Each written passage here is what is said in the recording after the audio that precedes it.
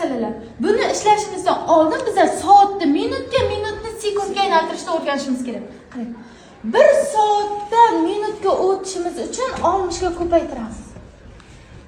Soatdan minutga o'tamiz. Minutdan sekundga o'tishimiz uchun nechaga ko'paytiramiz? 60 ga ko'paytiramiz. 1 minutimiz 60 sekund.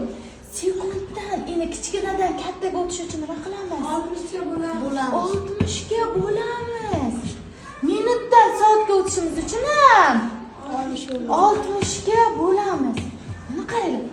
1 soatimiz necha minut? Soatdan minutga kelsak necha bo'lyapti? 60. 1 minutimiz necha sekund? 1 minut 60 sekund. Endi qarang. 1 soatimiz necha sekund? Mana soat. Soatda nimaga kelishimiz kerak? Sekundga. 60 dan 60 ga ko'paytiramiz. 60 dan 60 ga ko'paytirsak, 6 dan 6 ga ko'paytirsak 36. Orqasiga 2 ta 0 qo'ysak 3600. Necha ekan? Demak 1 soatimiz 3600 sekund ekan.